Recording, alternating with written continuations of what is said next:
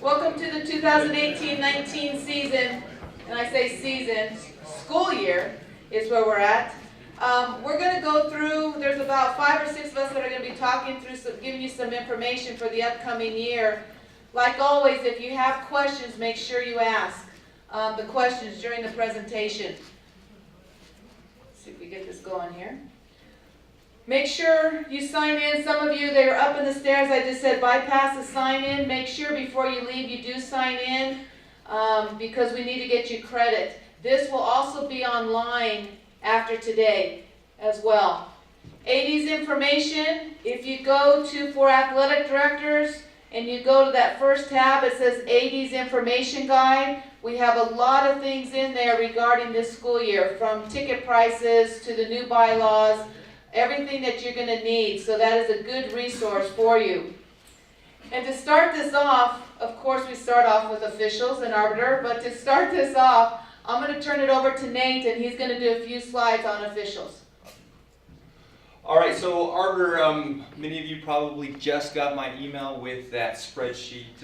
It's an arbiter contact list. What we're finding is there are a lot of names in there that actually aren't on staff anymore, or they've moved schools. So if you can fill that out and let us know, hey, we need to add new names or remove any names, then let us know, fill that out, send it back, and you can send it to myself or Dana, and we'll make sure that we get that taken care of. Coaches and Officials Appreciation Week. This last school year, we started the whole Officials Appreciation Week, and what we'd like to do is extend that and add our coaches to that. So if you look at those dates for the fall sports, our Coaches Appreciation Week will be October 6th through 11th, and that's really just an opportunity for our office, our officials, and our student athletes to recognize our coaches that week.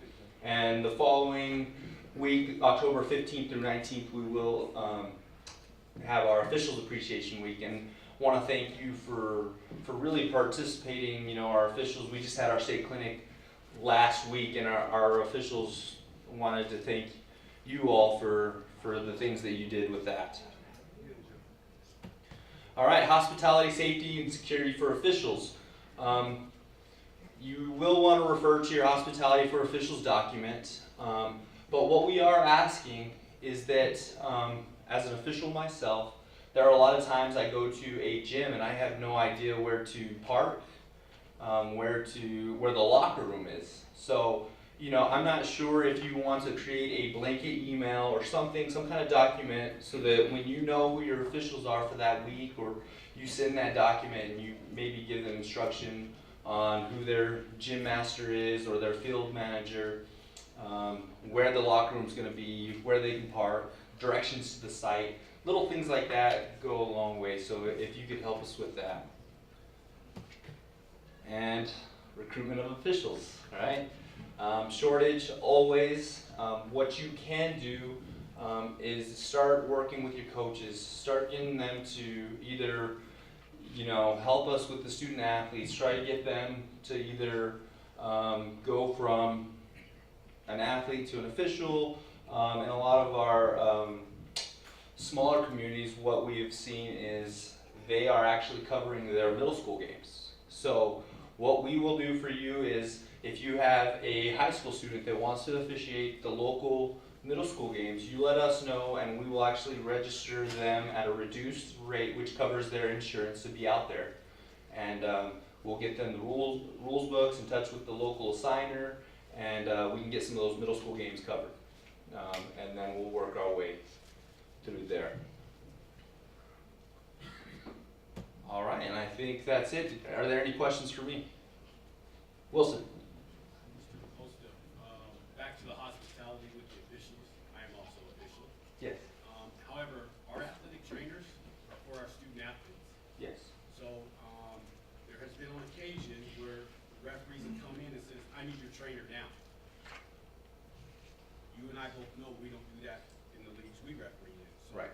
If you could pass that on, if we can accommodate them, we will, but have them understand that our athletic trainers are our student athletes, and they're going to get taped and transfers. Absolutely, and I'll make sure that Dana gets that memo and she can send an email out to our officials.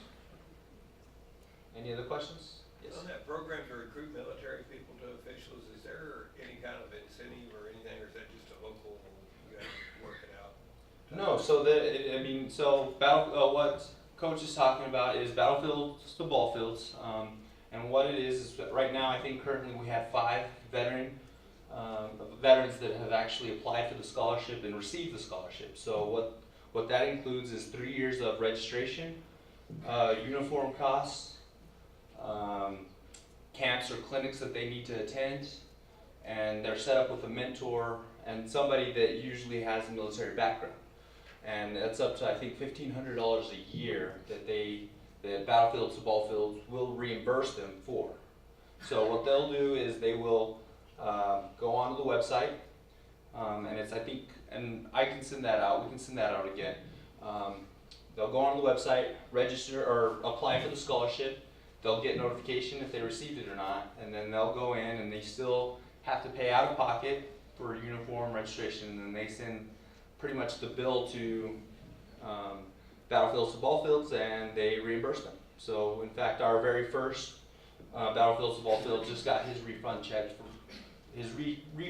for his uniforms registration, and he went to the state clinic, and he'll be going to the referee educational forum here in a couple weeks, and all that has already been reimbursed. So, any other questions? All right, and I believe the next person is Tyler Dunkel. Good afternoon. It's nice to see everybody again. Hope you had a good summer. Real quick, I will be your Max Preps contact for our office this year. Anything that you need Max Preps wise, I'm your guy. Give me a call. I'm more than happy to help you. One thing I wanted to point out real quick was the team app. I think we talked a little bit about this last year, but the team app is really kind of in full effect now. So a lot of things you can do with this that the coaches can do is they can direct message their athletes. One of the big things is they can report scores, do their stats, things like that. The app is free. You can't get it on iOS and Google. So I downloaded it. It's pretty easy to use. It's a very simple tool that your coaches can use to report scores following a game. Okay. To get to this app, you can either go to your app store, or you can go to this link. This actual slide is on our front page of our website right now with the link. Click on it. It'll take you right there. It'll even give you a little video tutorial on how to use the app. Questions about that? Golf. This year, on the recommendation of Sun Country Golf, and who does all of our USGA rules, they have recommended to us that we hold a mandatory in-person rules golf clinic this year. And why is because this year, starting in 2019, there's a bunch of rules of golf that are going to change. A ton. In fact, so many that it's 153 pages worth of information. And so this is why we decided this year to do a mandatory golf meeting. It'll be in January on the 3rd here in the Albuquerque area. It'll be a lot of some classroom stuff, and then also some on-course stuff that day as well. Any questions about that? All right, I look forward to working with you guys this year. Now I'm going to bring up AJ. Hello everybody, just wanted to say that we've, over the past year and moving into this year, we've always received tremendous support from our sponsors. I encourage everybody that when we send out the preseason offers and specials that are tailored towards you guys, that we get those to the coaches, make sure that we're utilizing our partners whenever possible, and keep building on our solid base that we have. We have entered into a new agreement that I wanted to focus on this year. We did sign a 6-year agreement with some old partners and old friends. The Kukulski brothers will be our new souvenir vendor moving forward for the next 6 years.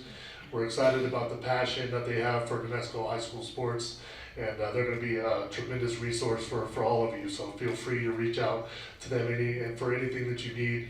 They do a tremendous job, and we are very excited to have them on board. So thank you for everything that you're doing so far, Mr. Kukulski, and we look forward to a great relationship for the next 6 years. So with that, I'm going to turn it over to our most famous employee right now, and JP Marietta. No, that's infamous. Good to see everyone here. For those who aren't familiar with me, my name is JP Marietta. I spent the last 20 plus years working at KOB TV, and now I have the fortunate privilege of working with the organization, the NMAA, and it's been great. I've only been here for a couple months so far. A lot of people have come up to me today and yesterday and during this clinic asking me what I've been doing now and that sort of thing. And a lot of what I was doing with KOB, now I'm doing with the NMAA.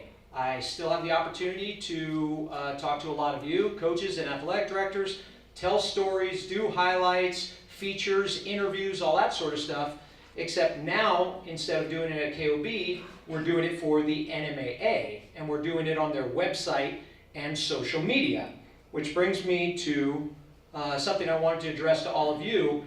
I want to see a show of hands. How many of you have at least one athletic program at your school that has a Twitter account? Really only a couple. How many of you have never raised your hand in public? Okay, a couple have. See, he got it. When I came over to the NMAA, I was actually really surprised at how many schools don't have, or athletic programs don't have, a Twitter account. The bottom line is social media is how all of your kids and our kids are communicating nowadays. And I come from the school of thought that if you don't have a social media account, specifically Twitter, you're missing out on a great opportunity to promote your school. I know a lot of you already do have Twitter accounts, and I've seen some great use of them. You promote upcoming events, you promote some of your student accomplishments, you inform kids about things to sign up, dances, athletic events. Social media and Twitter isn't about Justin Bieber fans talking about their favorite lyrics. I mean, maybe that's what Cooper does with it, I'm not sure. But it really is a way to get your message out to the community. This is the way kids are communicating nowadays, and I encourage all of you to take advantage of the audience you have and promote your product, your school, your athletic accomplishments. Fortune 500 companies are now using Twitter and using it to get their message out, and I encourage all of you to do that. You can publicize, you can promote, and even inform, because unfortunately in today's day and age, when we see tragedies happen, a lot of schools or organizations get their message out through their Twitter account, how to inform people what's going on, where to go, and get the real information of what's out there. You can also, through Twitter, reach not only the kids and your students, but parents as well. It's a good way to reach a wide range of demographics. The bottom line is, it's free. I encourage everyone to do it. All you need is an email account. I know that a lot of people I have talked to are discouraged from getting involved in social media. They either say they don't have time for it or they don't want to involve themselves in this world. But I really want to encourage you, it is a valuable, valuable tool to use in getting out whatever message that you want to promote or inform your audience about. We're interested in telling your story. The same way I did at KOB and on New Mexico Game Day, I want to do with the New Mexico Activities Association. For those who aren't familiar, our website is nmact.org. We've been posting stories in the last couple of months since I've been there, and we're going to keep doing it, and we have more and more interesting things coming up in the future. If you have any story ideas or suggestions or kids you'd like to promote or programs that are up and coming, email me at jp@nmact.org, or if you're on Twitter, you can send me a message that way too. I'll be around here afterwards. If you do have a Twitter account, you notice that we don't follow you on Twitter at NMAA, then come up and please let me know, because I'd like to follow you and spread your message and get your stories out there. One other note I wanted to point out, some of you have already discovered as well, in the back of the room, we at the NMAA have uncovered a lot of team photos, retro team photos from the early 80s, pretty much involving almost every school in here. basketball teams, football teams, wrestling, cheerleaders, that sort of stuff. We encourage you to go take a look. If your school is there, those pictures are yours for the taking if you want to put them up in your office or your trophy case or somewhere else in your gym or school. We encourage you to do so. Other than that, I want to tell you how excited I am to be a part of the NMAA, and I'm going to keep doing what I was doing in covering sports at KOB, and that's having a lot of fun telling your story. So I encourage you to let me know what's going on out there at all of your schools. And with that being said, I'm going to pass it along to Scott Owen. Thanks, JP. Good afternoon, everybody. Got a few sports medicine items to cover. Not quite as exciting as social media and Twitter, but bear with me. We'll start off with concussions. There were no changes to the law last year, so we'll be pretty much operating as is this school year. There are a few requirements you'll need to be aware of to make sure you're in compliance with state law, and we'll cover that in just a second. Last year, there were some concerns with new student athlete training. When that needed to occur, having to track an additional form. So what we've gone ahead and done is mirrored our sports physical date of April 1. So any requirement that's met after April 1 will be considered current through the next school year. So hopefully that will be an assistance to you all in tracking some of that information. Our annual requirements: athletes need to take the NFHS Learn Concussion for Students course. That is specific to our student athletes, so just make sure they're taking the right course. We had some last year that were taking the concussion sports course, so just make sure they're taking the right one.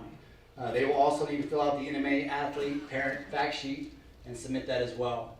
Our coaches are going to take the NFHS concussion in sports course, and they will also fill out the NMA coach fact sheet. And then lastly, make sure you're following your district's return to play guidelines. The minimum standards under state law is a 240-hour sit-out period for any athlete suspected of having a concussion. Okay, and again, they have to be released to participation by an approved healthcare professional, and they need to be symptom-free. For those of you that this is not on the slide, for those of you that have non-scholastic groups using your school district facilities, you need to get verification from those entities that they are going to follow state law. Okay, so you need to have a verification statement from those entities on file. We have a form that you can use online as well. Okay, so you can find it there if you want to use it for your facility usage agreements. Any questions on concussions, Stuart? Yeah, 18 nasty. So, on the 240 hours return to play, Okay. I had this conversation with a local physician. We don't see this the right way. He wants to clear them and start return to play guidelines like 2 or 3 days after, and then clear on his timeline. I was under the impression they had to sit out for 10 days before getting their medical clearance. What is the case? So is he wanting to get them gradually returning to play, or does he want them out on the field? No, he wants to oversee the return to play Okay. protocol.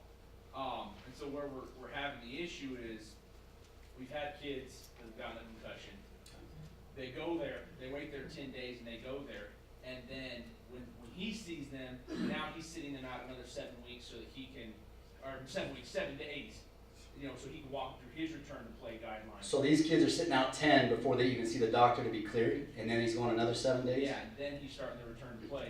And he's saying, well, send me right after, and I'll start the return to play immediately. And again, state law says 240 hours return to actually participating. Okay, so that's actually out competing on the field, 10 days. As far as their return to play, you do that locally through your district. They do recommend a gradual return. You don't want to break, sprain an ankle, wait 10 days and just throw them back into competition.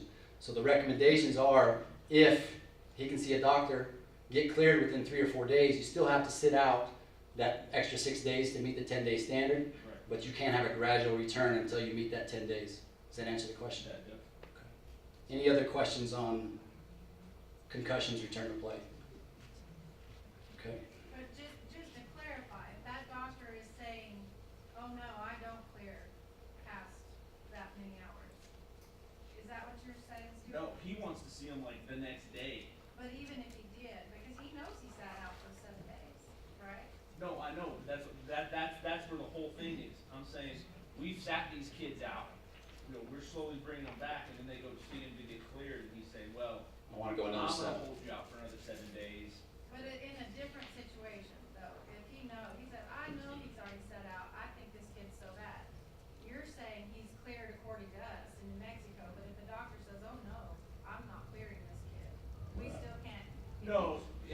situation where it's like a severe concussion where he Right. needs longer than the 10 days. No, this is like A doctor could make that call, correct. The doctor says no, it's no, Correct. correct? We still have to have a doctor say. The doctor has to release them back to participation. Without that release, they can't come back.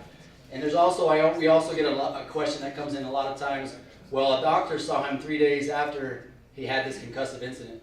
Can we return him back to play? I've got a release from the doctor. No, they can't supersede that 10-day rule. So again, you gotta have both. So if you got cleared at 3 days, He still has to sit you 7 could, weeks. you Gradually start- return. You start some return to play stuff, and then at that 10th day, you would not have to go back and get another clearance. Correct. Okay. Okay, any other questions on concussions? Our health and safety audit, again, this is an annual tool to help you assess how your health and safety policies stack up against national standards and our NMA bylaws. The purpose is to increase your awareness, hopefully increase compliance, but also we're looking at minimizing risk for our student athletes. The self-audit portion of this form is not a guarantee of compliance. Okay, we're not saying if you initial this, you are guaranteed you're going to comply. It's just to raise your awareness and acknowledge that you're aware that these standards are out there and that they exist.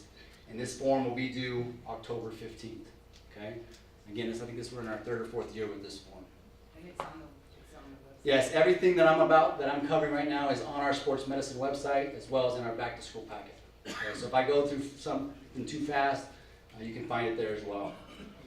This is a new addition to our health and safety audit.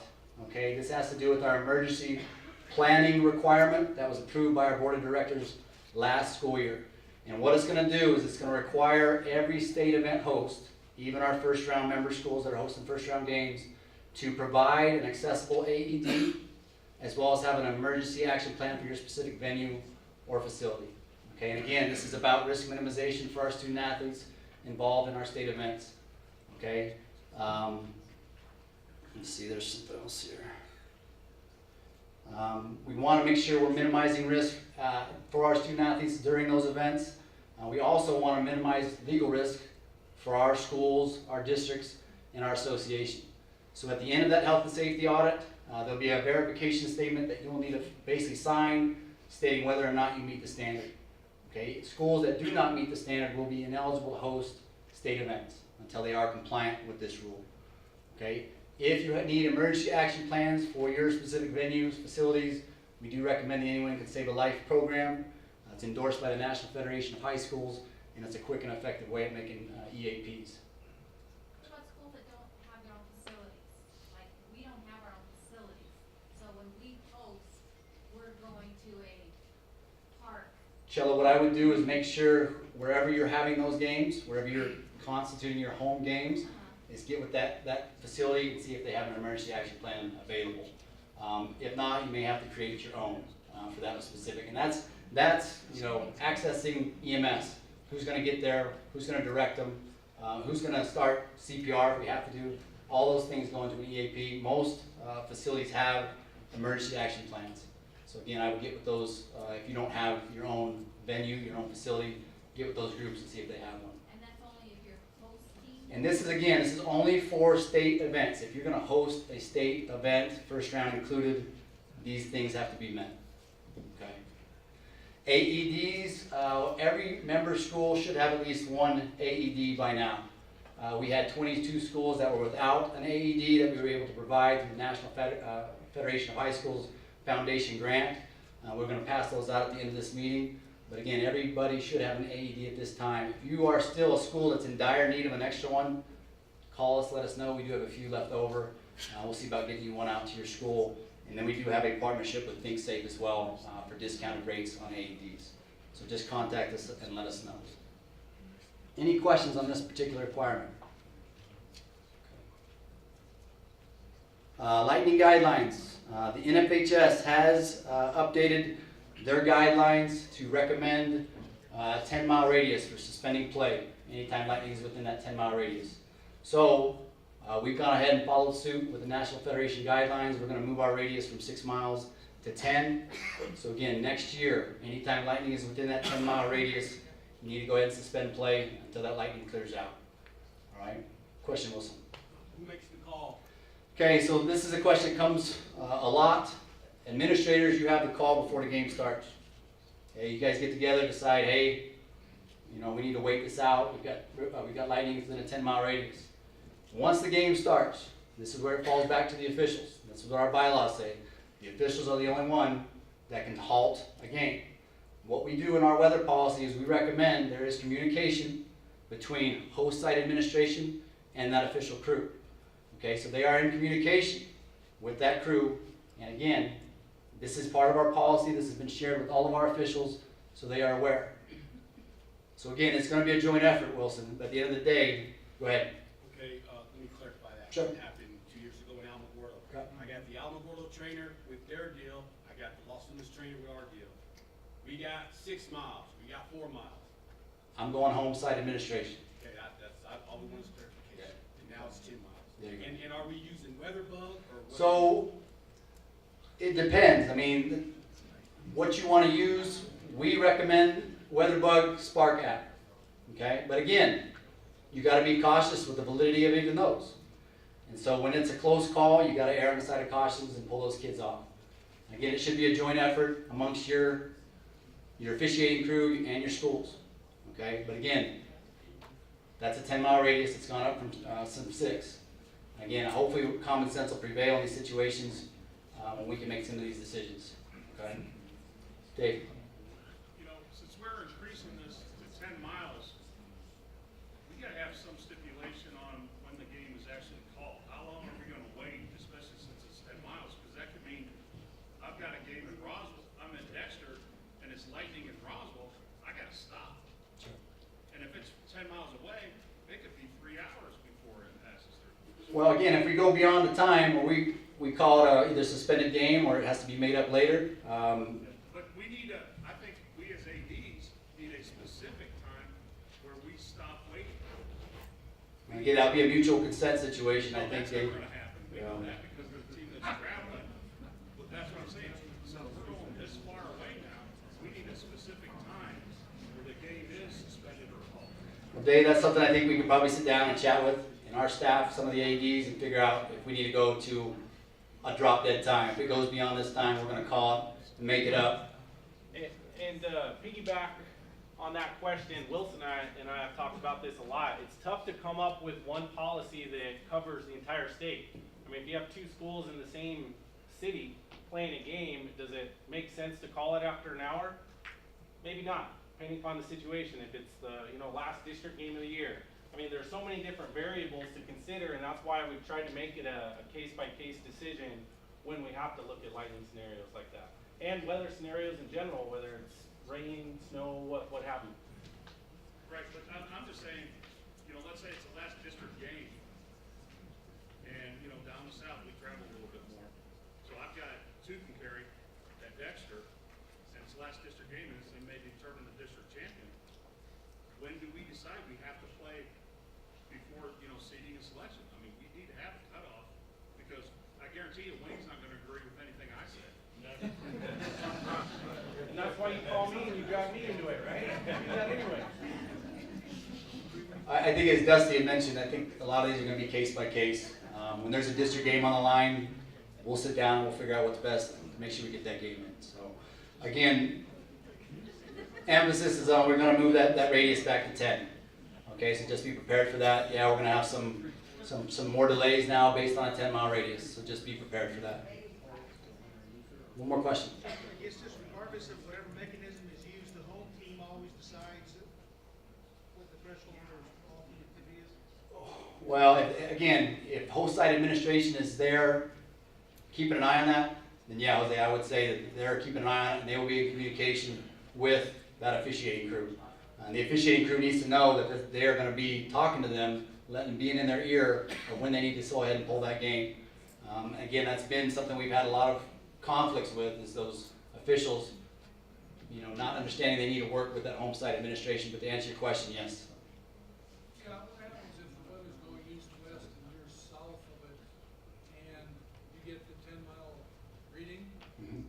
Okay, but the storm is going east-west, and then the next reading you get is 12, and the next one you get is 14. You still have to wait for 30 minutes on the 10?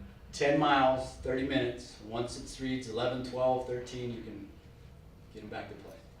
Once it reads that, you can bring it back. 30 minutes, after 30 minutes. Again, folks, it's risk minimization for our student athletes, Is it 3/4? making sure we keep them safe. Is it 3/4? Just make sure I'm right on this. Football, the game gets counted. If you only pay 1 quarter, 2 quarters, it doesn't go.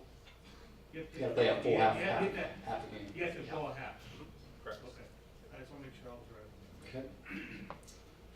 All right, Life of an Athlete. We will be continuing our Life of an Athlete program in partnership with the Department of Transportation. We are in our 10th, actually our 9th year of this program. The new ADs in this room that are not familiar with this program, this is our underage drinking and alcohol awareness program designed to teach students about the dangers of alcohol, underage drinking, and drug abuse, and the negative effects those supplements have on their performance. This program has been seen by over 50,000 online users. It's been a great tool and resource for our schools. We highly recommend it. If you want us to come out to your schools and present this to your students in person, we will also do that. It's a great opportunity for us to come out and kind of connect with your school, your student athletes. So give me a call, let me know if you'd like us to come out, and we will present this program to your student athletes. And lastly, as kind of a supplement to our Life of an Athlete program is this DVD that was produced by Chris Schuler of Safe Team.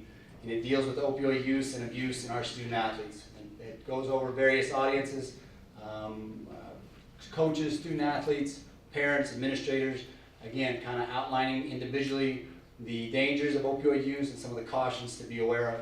So if you're interested in grabbing a copy of this DVD, Safe Team and Chris Schuler did give us a copy for every member school. So on your way out, feel free to pick up a copy and share it with your school. Okay. Any other questions, sports medicine related? Okay. Thanks for your attention. Have a great year. I'm going to turn it over to Dusty to talk about esports. Esports, that's why all you athletic directors are here today, right? Talk about esports. So, no, as I'm sure all of you know, we voted as a membership to sanction esports as an activity moving forward, starting with this school year. What I ask is that all of you keep an open mind with this, okay? We are really excited as an office to sanction this activity, and it's because we have an opportunity to engage so many more students that we may not catch on a daily basis in our schools. So I know, in speaking with a number of athletic directors over the last few months since this became a topic, one of the worries has been, well, we're going to take our kids from the football field and put them in a computer lab now. That's not what we're trying to do with this. We are trying to engage a whole new group of students into education-based activities. So again, please keep an open mind moving forward with it. As you know, I sent out some information over the summer soliciting replies from schools to see who might be interested at this point. We have about a dozen so far. We're hoping that number increases to 20 or 30 in our initial year. So again, if you haven't replied to me and you think your school might be interested in it, even if you're not fully committed yet, but you're interested, shoot me an email, let me know. That way we can get you in our database and start sending out more information as we get things rolling with this new activity. Mark, go ahead. Clarification, that is not voted on by the membership, correct? Commission, but the membership did not vote on that. The board of directors did vote it in, and they are your representatives as the membership. So why does something go, I'm just curious, because that question was brought to me by a board member. How did you vote on that? And I said, I didn't vote on it, and she said, why not? And I just wanted to hear that from you, because I told her, I said, well, we have representation that goes that, and she said, why do some things go to referendum and other things don't? I mean, I had that conversation, but I think that's part of, Dick and I were talking about that. I think that's out there that the membership voted on that, and we didn't vote on that. So we have a bylaw in place for a new sport or activity to be sanctioned. We have to have 10% of our member schools interested in that sport or activity. We sent out a survey to athletic directors. We had over 20 responses that said that they were interested.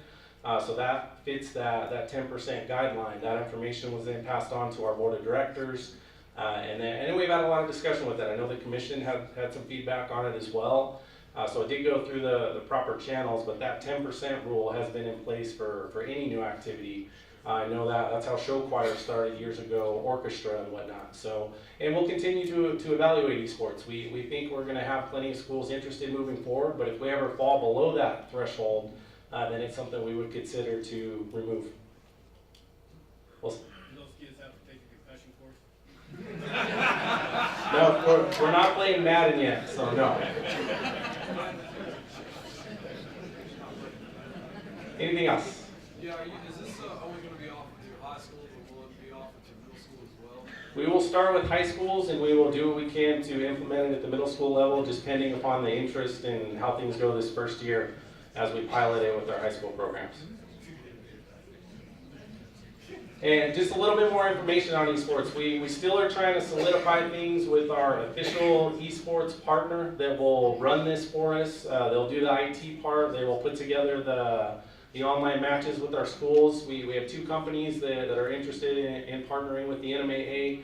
So we are vetting those possibilities as we speak. We hope to have that lined up really within the next week or so.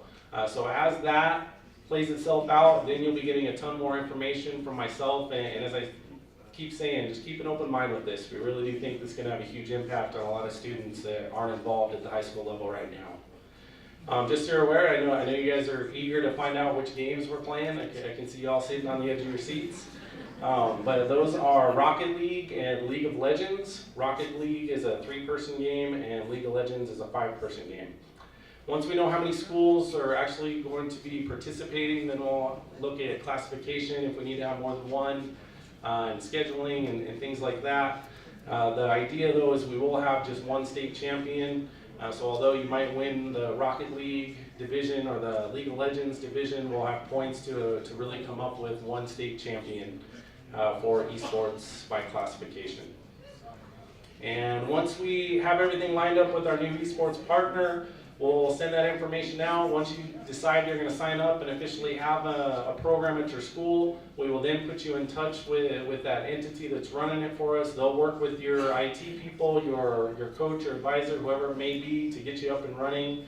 And hopefully we have a very successful first year with esports. And with that, I will turn it back over to Sally. Okay, speaking of esports, how many watched ESPN on Saturday night? ESPN on Saturday night in their prime time had an esports competition. And it was, I think, Philadelphia versus London or something. It is huge now, where ESPN's even taking it and going far with it. So I know it sounds crazy. However, I am a mother of a kid that was not good enough to make the basketball team at his high school, but he's going to be able to compete in esports. And that's where kids are. There are some kids that cannot play sports, that are not good enough to play, but they're able to represent their school. And what we're trying to do is we're trying to drive that kid out that doesn't have athletics, that has other means. But we need to get those kids into education-based competition. I'm not going to say sports because people say it's really not sports. We were hoping it was saying e-games. But for education-based competition, they can learn so much. And some of those kids really need something to do at the school. So that's the idea. And, please keep an open mind about it. It was the big topic at the National Federation level. The National Federation is sponsoring this. And so right now there's about 20 to 25 states that are taking off this year in esports, and by probably another 2 years we'll probably see about 40 of the 51 doing esports across the nation. So it's big. Online eligibility. How many of you guys were there this morning? Because I want to really go really quick. Most of you are here, so I'm going to go really quick through this. 8th grade participation. Remember, the key thing here is make sure that they are in the home attendance zone in order to be able to participate. Small schools, they need to be in that 1 K through 12 building, and they're eligible. And we do have our appeals committee has looked at this, and they have granted eligibility to 8th graders that has started in a school system since kindergarten. That's the only exception that they've made if they're not in that district. So just make sure they're in your district if you are going to allow them to participate. Academic eligibility, we all know this. Any questions about academic eligibility, scholastic eligibility? I answered quite a few today. Any questions? And some of the ones that I answered today, we will make sure, Scott and I will make sure that they get on the Q&A on our website with that as well. Undue influence, this is key, direct or indirect. Your student athlete, if they recruit other kids to come to the school, that's a direct inducement. A parent on the outside, a club coach, is an indirect influence. Any of those recruiting kids to your school, if it comes to our office or we have data on that, those kids are going to be ineligible. And we will look at what we're going to do as far as, somebody said, well, what about the adult in the case of recruiting? If it's a coach or a kid or somewhere in that, we will look at the situation and render sanctions. But hopefully, what's going on out there is, I think the last straw was when I had an athletic director come to me and said that a parent came and was shopping a whole AAU team at their school, and this was in the spring. Like, the parent came and said, hey, we wanna come, will you take all of us? And they don't even live in the district. And so this is what's going on, and it's just getting out of hand. So hopefully we can stop that. Please, guys, if you hear anything or know anything, please let me know. You're not tattling. We're just making sure everybody's following the right bylaws. District schedule. And make sure, I was kind of in the back of my head going, unless there's lightning, but I won't do that. Make sure you're completing your district schedule. In order to qualify for state, you need to play your whole entire district schedule. Whatever the district sets up, that's your district schedule. All those games need to be played in order to qualify for state. We were getting some people qualifying in some of these, when we have 16 teams, some of that 14, 15, and 16, you know, it's kind of they're here and there, you know, should they qualify, and some of them have losing records, but there were a couple times where we had teams that had forfeited games, but they came in at number 15 and 16 and were able to qualify. And we just didn't think that was right. So we want to make sure everybody completes their district schedule. Sally, just to clarify, the team that forfeits is the one that's going to be penalized. Correct, correct. Not the team that's ready to go. Okay. It's the one that forfeits. And also, so you're aware, don't forget the forfeiture fees. I know you guys are really nice to each other, and that's wonderful. It really is. But then I get the complaints that we have all these forfeitures. And how many emails a day do you say, so-and-so, I've got to open up in my tournament because so-and-so dropped? I mean, I think we get 2, 3, and 4 of those a day because people are dropping right and left tournaments. And what's going on is our coaches are getting into 3 tournaments, then looking at the field and deciding which one they want to be in and dropping the other 2. And it's putting the others at a disadvantage. So make sure you know what's going on and use that forfeiture fee if we need to. We've got to stop this some way, somehow. Because again, you're going to be getting those emails here over and over when people are dropping. Compete with class. We've talked about this all week. I'm not going to beat this down again, but I'm here to help you. And I know out there is, oh, the NMA is going to come down. Guys, the idea is I will continue to work with you on these issues. It's your school. I'm here to support you. But also there's another umbrella there that I can help you. When you send a letter because you're banning somebody from schools, you can now put the NMA. We will be there to support you. We're going to ban them from all events. So there's a lot of it. But for you to know, first and foremost, it's you. And I'll be there to help you in any way. So just let me know with that. There was a question as we were coming in about a school's responsible for the conduct, and then in this it talks about who is the administrator on site. Know that when you are hosting a home event, the home administrator needs to be there. Who's an administrator? That's up to school to make that decision. I'm not gonna make a decision who an administrator is. But there needs to be somebody over that. And that includes sub-varsity games as well. Don't just focus on somebody's there at the varsity games. Some of our issues and more of our issues are at the sub-varsity level because the officials are also a little bit less experienced.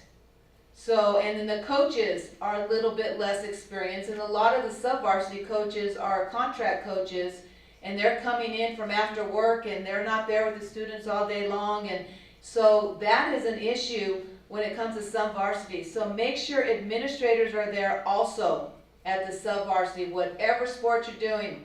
We always tend to, we'll be at the football game, but then we forget about soccer. Okay, we need to make sure we're covering all of these sports. Now, at away games, it'd be great for a away team to have an administrator there, but we need to make sure an administrator's there at all home contests. Any questions? Preseason DVD. We have that preseason DVD, and I encourage you, and I've said this past couple of days, I encourage you to really not show this DVD in the masses. You know, we show it with 300-400 people. I encourage you to have your coach show this to the parents, and it'd be a little bit smaller groups, because we're losing that parent when it's a big group.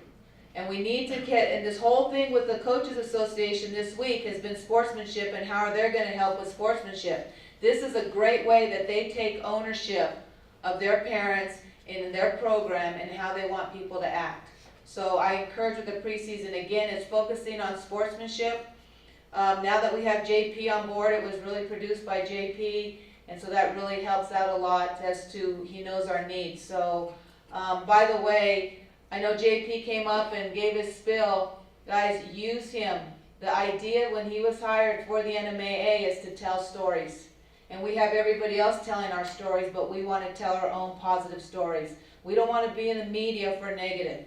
Let's go with the positive. And so let us know if there's anything we can do in that area to help you, let us know. If there's an event, a special event, dig pink, whatever, let us know and we will get there. And we will tell that story. So it's really good. JP, I'm glad you're on board, and we're going to use you that. Fall regional ADs. As you guys know, I go out to the region in the fall. And in that, I am hooked with the CES, has their regional meetings as well. This is the schedule for the regional meetings. There is a rookie AD meeting on August 8th. If you're a rookie, we consider rookies 1 to 3 years experience.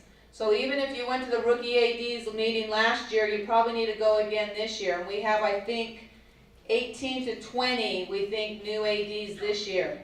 So we're constantly going. We'll also have a mentorship program. I'll have Tammy over here talk real soon about it.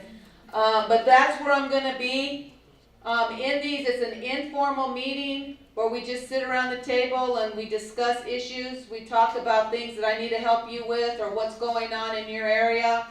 A lot of the times the talk is about officials or lack of officials, but we also want to do other things for you. So look at that. The Albuquerque one will be at the NMAA, and the Las Cruces one, that is not with CES. That's going to be at a different time than the CES, is because they scheduled that one when we have our Section 6 meeting, so we're not able to go with CES on that date. So I will have those up on the website, though, so that you have those. And I'm going to turn it over to Tammy. And I know we're running short on time. A lot of this we're going to talk about in our NMADA meeting immediately following, but I just want to impress upon you guys that the job that you do is really important. We're impacting lives and we're working with kids. And if it's about a positive experience that's education-based for our kids, you have a huge impact on that. So please enter into this year with a positive attitude. We also have a lot of new ADs. So if you're a rookie AD, can you please stand up right now? And I want our veterans who are sitting to look around, and I want you to realize that they're where you were 2, 5, 20, 30 years ago. These people need you. Okay, you can sit down now. Some of you guys 40, you know. You're recycling through retirement, and that's just fine. But there's a need for mentorship. We've got a great organization, and we're only as strong as we're willing to share our knowledge. We are not an island. We need to lean on one another and learn something new every day. So through your NMADA membership, the prices haven't changed because we know you guys are nickeled and dimed on a lot of other things. So please become a member. Your students have opportunities for scholarships and support in different ways as a member, and of course we're always going to support you regardless. I just did it. Oh, you did, thank you. Go back, sorry. So the AD helps. So last year I worked with Joe Butler, who was a great mentor for myself, working with all of you high school ADs, new and veteran. This year I've got the middle school as well. Guys, we've got to involve our middle schools and communicate more effectively with our middle school ADs. There's a lot of misinformation or just lack of information for our poor middle school guys and gals out there, and they're setting the culture and tone for all of our programs. And if we're not working more closely with them, we're not doing our job. So you're going to be hearing a lot from me about involving, because you're their mentors within the district. Please work with your middle school ADs. I will come to your campus. I can bring backup in our staff. Last year I was able to get to 44 schools in the state, which was a lot of time away from my family, but it was worth it. Sometimes I got to take my own kids, which was great too. But the impact that you have is just as important as the impact I can have helping you and supporting you. We've got a lot of great mentors. Stay for the meeting following this so that we can pair you with one of our veteran ADs. Get on your campus and do what needs to be done so that we don't have the same schools with the turnover year after year after year. We want to retain you. That's a lot of knowledge that we pass on down to our kids. So please hang in there. Hopefully you haven't been scared off yet over the last few hours, so just hang in there. So, and come next week. A lot of you guys showed up this morning. You filled out your rookie AD fact sheet. Come on. It's another trip, but we'll make sure that you get some one-on-one information so that it's not just overwhelming in such a big group setting. We are planning for our fall conference at this time. We are changing it up a little bit this year. It's been a 2 or 3 day event in the past. We know your time and instructional time because many of you wear multiple hats. We're trying to make sure that we're protecting the instructional time. So we're shoring up the conference a little bit. All LTC classes will be offered on Sunday, followed by the social that evening. Monday will be a mandatory event from beginning to end. That's to make sure that we're having those conversations that are vital and sharing knowledge and making sure that we're communicating effectively. So I'm going to task you guys as high school ADs, please encourage your junior high and middle school ADs to attend. There is so much they can learn from this event. So please, even though it might impact instructional time a little bit at your middle schools, it's going to improve their professional knowledge. So please allow them to attend. Okay, like we have on the slide, we've changed the fall conference a little bit. Notice the mandatory is on Monday, not Tuesday. So it's Monday and it's going to be all day long. The social will be on Sunday night. You can either come on Sunday, spend the night, go to the social. There's LTC classes, and then start on Monday morning. At the luncheon, that is where we give our Distinguished Service Award, we give our Director's Cup at the luncheon. And we're adding something this year, something that I've really dear to my heart on this. But the National Federation has what they call a Spirit of the Sport Award. And it is a national award, and what we do is we send in, every state association send in somebody, they nominate somebody for this award, and basically it's to honor either a kid, a coach that has overcome obstacles, has demonstrated sportsmanship, somebody that's assisting others, somebody that's extraordinary in this way. And we want to do this on a yearly basis now in New Mexico, and we're going to honor them at the luncheon along with the Distinguished Service Awards. So to give you an example, this year for the National Award, we nominated Austin Denton for the National Award. He's from La Cueva. You've probably seen him on TV. He's the one that has, he had cancer. He's in a wheelchair, but he's on ProView Networks, and he's been able to go to NFL and do the draft with the Broncos and so on and so forth. He was actually the Section 6 winner this year, which was Texas, New Mexico, Oklahoma, Colorado, and Arkansas. So he represented Section 6. He did not get the national award, but he was up there. And so somebody like Austin, who's overcome adversity and is still in sports, you guys have people in your community, and it doesn't have to be a kid, it can be an adult, but we would like to honor them. So what we have done is we have placed Chris Kedge, where's Chris? Chris has, is going to take the lead on this and get all the nominations, and we do have an application online. It's a very simple application. It's not like you have to do a lot, but you need to tell the story of the person you're nominating. And if we do this every year, what my plan is when we honor this person at the fall conference luncheon, we will submit that to the National Federation as our nomination for the national level. So, but we have so many people, and I think JP will do a great job with this also too, getting this, whoever, the kid, the adult out and telling that story of this person. But any questions with that? We're excited about it, and I think it will give another touch to the luncheon. That's all we have. We do not have, that was short sweeps, the NMADA meeting, yes. Sally, can you talk a little bit about the tryout that came out in the referendum so we know What's going on? Yeah. Okay, we had a special board meeting. She's asking about the tri-op. Okay, for you small school that understand it, and for the large schools who do not understand it. We had a special board meeting because we have some communities, as you know, in New Mexico, the smaller rural communities are getting smaller and smaller and smaller. If you looked on our list from the largest Hobbs High School to the smallest, I think Roy has 10 or 12 students only in their high school. Okay, so what those small schools do is they co-op. There's two small schools that get together and they form a team. So we have co-ops all over the place. Now what is going on is now within the co-ops, they still don't have enough kids. And so the board of directors has now allowed what we call a tri-op. So they can get 3 schools in an area together in order to have one team. However, when you add the enrollment numbers of the 3 schools together, you have to stay within your classification. So if the 3 schools added together, enrollment exceeds Class A, if they're 100 or above, and they want to still continue to tri-op, then they must play Class AA.